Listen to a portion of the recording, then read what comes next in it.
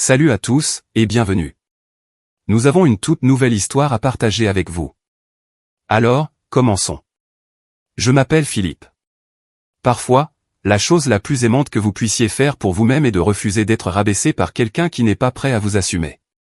Je sortais avec Amélie depuis environ 6 semaines quand tout s'est effondré à un mariage où je n'aurais jamais dû l'emmener. 6 semaines, ce n'est pas long dans le grand schéma des relations, mais ça avait été assez long pour que je développe de vrais sentiments, assez long pour croire que nous construisions quelque chose de significatif. Nous nous étions rencontrés par l'intermédiaire d'une connaissance commune lors d'un dîner d'entreprise. Elle avait 25 ans, travaillait pour une agence de communication et avait cette confiance tranquille qui m'a immédiatement attiré. Je travaillais pour une société de conseil en gestion. Nous avions échangé nos numéros ce soir-là, commencé à nous envoyer des SMS et une autre premier rendez-vous une semaine plus tard. Après quelques rendez-vous, je lui ai demandé d'être ma petite amie, puisqu'elle était célibataire, et elle a accepté. Les premières semaines se sont bien passées. Elle était plus réservée que ce à quoi j'étais habitué, plus lente à s'ouvrir, mais je n'ai jamais considéré ça comme un gros problème. Nous nous voyons 2 fois par semaine, parfois 3, à cause de nos emplois du temps chargés. J'ai été ouvertement affectueux dès le début. C'est comme ça que je suis dans les relations, expressif, communicatif et à l'aise pour montrer mes sentiments. J'avais déjà parlé d'elle à mes amis proches, posté une photo de nous deux sur Instagram après notre 3e rendez-vous et clairement montré par mes actions que j'étais intéressé par quelque chose de sérieux. Amélie était différente. Elle agissait avec plus de prudence. Elle acceptait mon affection mais en prenait rarement l'initiative. Elle semblait contente quand je lui prenais la main ou que je mettais mon bras autour d'elle, mais elle ne le faisait jamais la première. Elle parlait de sa vie et de son travail mais gardait certains aspects privés. J'ai interprété cela comme de la timidité ou une nature discrète. Certaines personnes mettent plus de temps à s'ouvrir émotionnellement. J'ai respecté ça et j'ai pensé que lui donner du temps l'aiderait à se sentir plus à l'aise. Ce que je n'ai pas réalisé, ce que j'étais trop optimiste ou naïf pour voir, c'est qu'elle était encore en train de déterminer ce qu'elle ressentait pour moi, si elle voulait être dans une relation tout court, si elle était prête à être vue comme étant prise. Environ 5 semaines après le début de notre relation, j'ai été invité au mariage de la sœur de mon ami d'université. Cette amie et moi étions proches depuis des années. Sa sœur cadette se mariait dans une banlieue de Lyon. C'était un grand mariage avec une réception formelle, tout le tralala traditionnel. Mon ami m'avait dit d'amener quelqu'un. J'ai immédiatement pensé à Amélie. Cela semblait être la prochaine étape naturelle, aller ensemble à un événement important, rencontrer certains de mes amis, passer une soirée entière en couple en dehors de notre routine habituelle.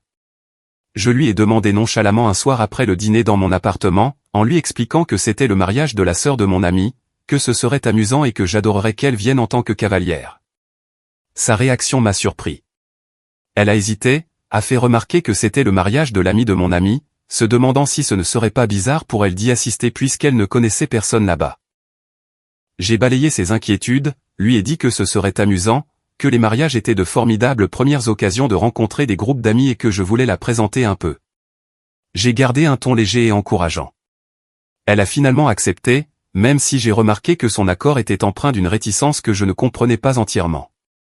J'ai mis ça sur le compte de la nervosité normale à l'idée de rencontrer de nouvelles personnes. Le mariage avait lieu un samedi.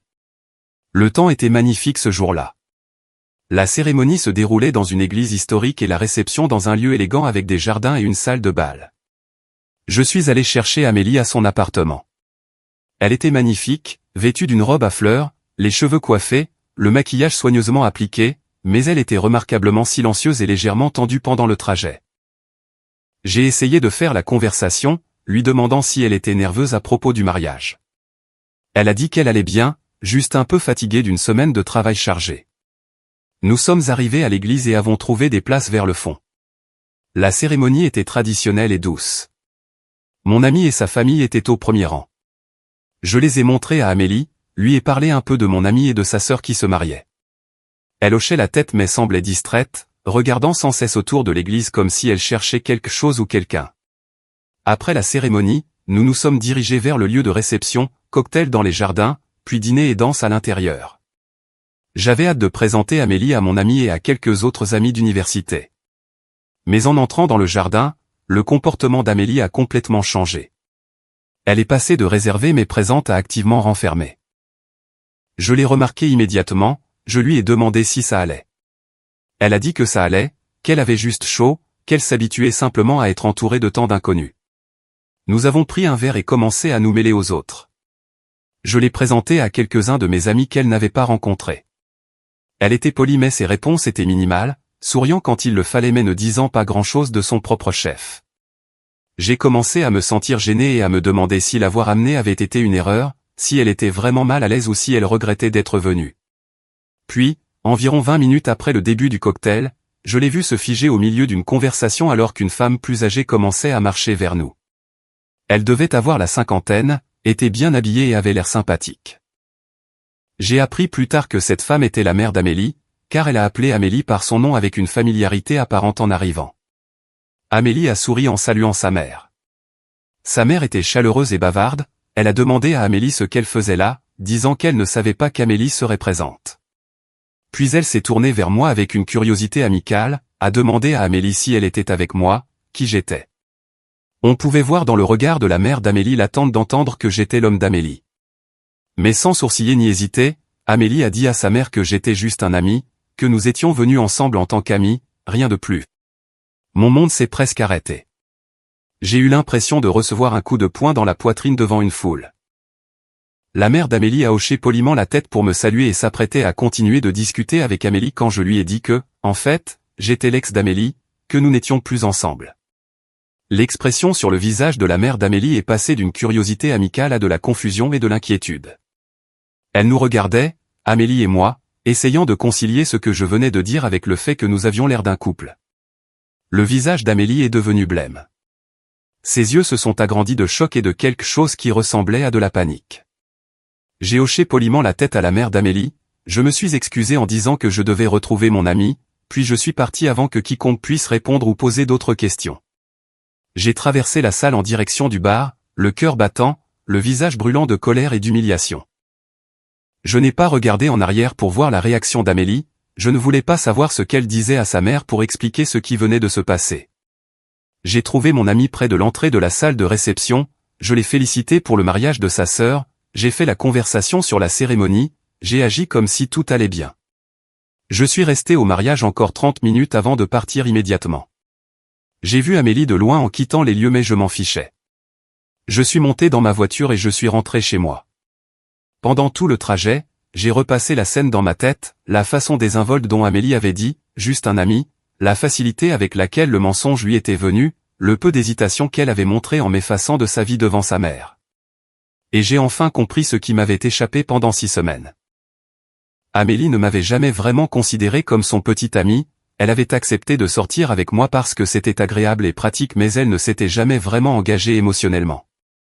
La réserve que j'avais interprétée comme de la timidité était en fait de l'ambivalence. La prudence que j'avais vue comme une façon de prendre les choses lentement était en fait une façon de me tenir à distance. Elle avait tâté le terrain, voyant si elle pouvait développer de vrais sentiments, et avait apparemment décidé, ou du moins pas assez fermement, qu'elle ne pouvait pas ou ne voulait pas m'assumer publiquement. Quand je suis rentré chez moi, mon téléphone affichait plusieurs appels manqués et SMS d'Amélie. Les premiers avaient été envoyés alors que j'étais encore en voiture, me demandant où j'étais passé, disant que nous devions parler, exigeant de savoir pourquoi j'avais dit ce que j'avais dit à sa mère. Puis elle a envoyé un message accusateur quand elle a vu que je ne répondais pas. Elle était en colère, disait que je l'avais embarrassée devant sa famille, me demandant ce qui m'avait pris et m'accusant d'avoir fait une scène et de l'avoir humiliée publiquement. J'ai fixé le message pendant un long moment, j'ai ressenti cette vague d'incrédulité épuisée. Elle était en colère contre moi pour l'avoir humiliée après qu'elle venait de nier publiquement que nous étions ensemble. Le manque de conscience de soi était presque impressionnant. Mon premier réflexe a été de l'appeler et de lui expliquer que j'avais été blessé et que j'avais mal réagi, pour arranger les choses et essayer de sauver ce que nous avions. Mais quelque chose en moi avait fondamentalement changé, une certitude profonde que cette personne n'était pas faite pour moi, que cette relation avait été à sens unique depuis le début. Alors, j'ai fait quelque chose que je n'avais jamais fait auparavant dans aucune relation. Je n'ai pas répondu. J'ai simplement posé mon téléphone, j'ai préparé le dîner, j'ai regardé la télé, je suis allé me coucher, laissant son message sans réponse pendant que je digérais tout. Des heures après le premier message de colère, elle en a envoyé un autre, me demandant si je l'ignorais, soulignant qu'elle pouvait voir que j'avais lu ses messages. Pourtant, je n'ai pas répondu quand je l'ai lu. Au lieu de cela, j'ai activé le mode « Ne pas déranger » et je me suis endormi. Le lendemain matin, il y avait plusieurs autres messages. Le ton était passé de la colère à la manipulation.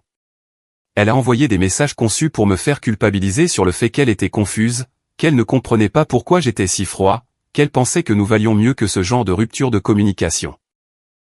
De la manipulation émotionnelle classique, faisant tourner mes limites autour de ses sentiments et présentant mon silence comme de la cruauté plutôt que de l'autoprotection. Je les ai tous lus en buvant mon café du matin, je n'ai rien ressenti d'autre qu'une résignation fatiguée. Puis est arrivé le long SMS d'excuses envoyé en milieu de matinée alors que j'étais au travail. Elle expliquait qu'elle avait paniqué en voyant sa mère, qu'elle n'avait pas voulu répondre à des questions gênantes sur un nouveau petit ami si tôt, que sa famille était traditionnelle et qu'elle ferait toute une histoire de n'importe quelle relation. Elle disait qu'elle n'avait pas voulu me renier, que ça lui avait juste échappé sur le moment, qu'elle comprenait pourquoi j'étais contrarié mais que je devais voir les choses de son point de vue. Les excuses étaient des non-excuses classiques, expliquant pourquoi elle avait fait ce qu'elle avait fait comme si comprendre son raisonnement rendrait la chose acceptable, me demandant de compatir à sa situation sans vraiment reconnaître que ce qu'elle avait fait était blessant et mal. Je l'ai lu 2 fois. Puis, finalement, j'ai répondu. J'ai fait simple en lui disant qu'elle n'avait pas fait d'erreur, qu'elle m'avait montré exactement ce que j'avais refusé de voir pendant 6 semaines, qu'elle ne m'avait jamais vraiment considéré comme son petit ami. Elle m'avait tenu à distance pendant tout le temps où nous étions sortis ensemble. J'ai ajouté que ce n'était pas grave. Les gens ont le droit d'être incertains dans les relations, le droit de prendre les choses lentement, le droit de ne pas être prêt. Mais j'avais le droit de vouloir plus que quelqu'un qui n'était pas sûr de moi, le droit de vouloir quelqu'un prêt à m'assumer publiquement sans hésitation. Je lui ai dit que je la voyais maintenant comme mon ex, que quelle que soit la relation que nous avions eue, c'était terminé et je lui souhaitais bonne chance.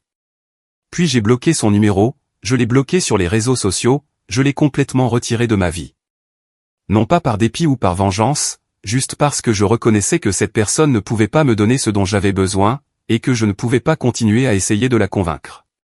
Au cours des jours suivants, j'ai ressenti une certaine tristesse à propos de la fin, mais surtout un soulagement de ne plus perdre de temps avec quelqu'un qui n'était pas à fond. Un ami commun a apparemment croisé Amélie quelques semaines plus tard, il m'en a parlé nonchalamment, a dit qu'Amélie avait demandé de mes nouvelles, qu'elle avait dit regretter la façon dont les choses s'étaient terminées, qu'elle avait fait une erreur.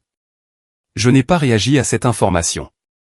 Je ne l'ai pas recontacté et ne lui ai pas donné l'occasion de reprendre la communication parce que le problème n'était pas qu'elle avait fait une erreur sur le moment. Le problème était ce que cette erreur révélait sur la façon dont elle me voyait, moi et notre relation. En y repensant maintenant, plusieurs mois plus tard, je comprends tout plus clairement. J'ai appris que 6 semaines, c'est assez long pour savoir si vous êtes prêt à reconnaître publiquement quelqu'un avec qui vous sortez. Il ne s'agit pas d'amour ou d'engagement sérieux à ce stade, il s'agit de respect de base et de la volonté d'assumer la personne avec qui vous passez du temps. J'ai appris que l'hésitation de quelqu'un à vous reconnaître ne concerne pas sa vie privée, sa prudence ou sa dynamique familiale. C'est à propos de leur incertitude à votre sujet. Et vous ne pouvez pas convaincre quelqu'un d'être sûr de vous par la patience ou la compréhension. J'ai appris que la façon dont quelqu'un vous présente aux autres révèle comment il vous voit réellement, peu importe ce qu'il dit en privé. Amélie pouvait me dire toute la journée qu'elle tenait à moi et qu'elle appréciait notre temps ensemble, mais face à sa famille, elle niait instinctivement que nous étions ensemble. C'était ainsi qu'elle voyait notre relation. J'ai appris que le désir de plaire et l'évitement des conflits dans les relations conduisent à accepter moins que ce que vous méritez. Mon instinct de vouloir arranger les choses, de compatir à son point de vue, de m'excuser pour ma réaction, tout cela m'aurait conduit à accepter sa version des faits et à continuer dans une relation où je n'étais pas valorisé. J'ai appris que parfois, la réponse la plus respectueuse de soi face au rabaissement est de mettre fin à la relation immédiatement. Pas de discussion, pas d'essai de compréhension, pas de seconde chance, juste une fin nette. Plus important encore, j'ai appris que le silence est une phrase complète. Quand Amélie a essayé de me manipuler pour que je réengage la conversation par SMS, mon silence a communiqué tout ce qui devait être dit. Je ne lui devais aucune explication, aucune dispute, aucune occasion de me faire changer d'avis sur mes limites. Certaines personnes pensent que j'ai surréagi, que me présenter comme un ami après seulement 6 semaines n'était pas si grave, que j'aurais dû lui en parler, lui donner une chance de s'expliquer et essayer de résoudre le malentendu. Mais ces personnes n'ont pas compris l'essentiel. Il ne s'agissait pas de la durée de la relation ou du mot spécifique qu'elle a utilisé, il s'agissait de l'instinct qu'elle a révélé. face à une simple question sur qui j'étais, son instinct avait été de cacher notre relation pour se protéger d'une éventuelle gêne avec des relations familiales, au détriment de ma reconnaissance. Cet instinct m'a tout dit sur ses priorités, sur sa volonté d'être mal à l'aise pour moi, sur le fait qu'elle valorisait suffisamment notre relation pour l'assumer publiquement. Et la réponse était claire, elle ne l'était pas et elle ne le voulait pas. Me qualifier de son ex devant sa mère avait été impulsif. Je ne prétendrai pas que c'était calculé ou mature. C'était une réaction née de l'humiliation et de la déception. Mais c'était aussi honnête. À ce moment-là, j'ai décidé que la relation était terminée, donc je n'étais plus son petit ami. J'étais son ex. Faire cette déclaration publiquement devant la personne à qui elle venait de mentir avait été ma façon de reprendre le pouvoir dans la situation, de refuser de la laisser contrôler le récit, d'affirmer ma propre dignité après qu'elle ait essayé de m'effacer. Certains pourraient appeler ça mesquin ou vindicatif. J'appelle ça le respect de soi, car l'alternative aurait été de rester là silencieusement pendant qu'elle mentait sur qui j'étais, d'accepter son effacement sans protester, puis d'avoir plus tard une conversation privée où elle s'expliquerait et se justifierait et où je pardonnerais et où nous continuerions dans une relation où elle m'avait montré exactement à quel point elle me valorisait peu. Ce chemin aurait mené à plus de la même chose, plus de réserve, plus d'hésitation, plus de mise à distance pendant que j'essayais de prouver que je valais la peine d'être assumé. J'ai choisi l'autre voie, celle où j'ai immédiatement honoré ma propre valeur en mettant fin aux choses avec quelqu'un qui ne le ferait pas. Amélie m'a appris à reconnaître la différence entre quelqu'un qui est incertain et quelqu'un qui est engagé, entre quelqu'un qui garde ses options ouvertes et quelqu'un qui vous choisit clairement. Et elle m'a appris à m'honorer assez pour partir immédiatement quand quelqu'un me montre que je ne suis pas ce qu'il veut. Amélie a été embarrassée par ce que j'ai dit devant sa famille. Mais elle m'avait d'abord embarrassé en niant notre relation, en me traitant comme quelqu'un qu'elle devait cacher. La différence, c'est que je n'avais rien fait pour mériter son traitement, alors qu'elle avait mérité le mien par ses propres choix. Elle voulait quelqu'un qui accepterait d'être caché quand cela l'arrangeait, qui comprendrait, pardonnerait et continuerait d'être incertain quant à sa propre valeur. Je voulais quelqu'un qui m'assumerait fièrement, peu importe qui regardait. Nous voulions des choses incompatibles, donc la relation s'est terminée rapidement, définitivement, sans la douleur prolongée d'essayer de forcer une compatibilité là où elle n'existait pas. Et je suis reconnaissant pour la clarté que ce moment au mariage m'a apporté, car il m'a évité de perdre plus de temps avec quelqu'un qui me voyait comme optionnel plutôt qu'essentiel, m'a sauvé de la lente érosion du respect de soi qui vient du fait d'accepter moins que ce que l'on mérite parce qu'on essaie d'être compréhensif, m'a empêché de devenir quelqu'un qui trouve des excuses pour être caché parce que l'alternative est d'être seul. Je préfère être seul que d'être le secret de quelqu'un, je préfère être célibataire que d'être avec quelqu'un qui n'est pas sûr de moi, je préfère mettre fin aux choses après 6 semaines que d'investir des années dans quelqu'un qui ne m'assumera pas publiquement. La bonne personne ne vous fera pas douter de sa fierté d'être avec vous, n'hésitera pas quand on lui demandera qui vous êtes, n'aura pas besoin d'explications ou de discussions sur la douleur que cela a causé quand elle vous a effacé en public. La bonne personne vous assumera immédiatement et fièrement. Et je vaux la peine d'attendre plutôt que de me contenter de quelqu'un qui me voit comme négociable. C'est la leçon qu'Amélie m'a apprise. Pas celle qu'elle avait l'intention de donner, mais celle dont j'avais besoin. Et j'en suis reconnaissant, même si l'apprentissage a été douloureux, car maintenant je sais exactement ce que je mérite et exactement ce que je n'accepterai pas. Et cela vaut chaque moment inconfortable de cette réception de mariage.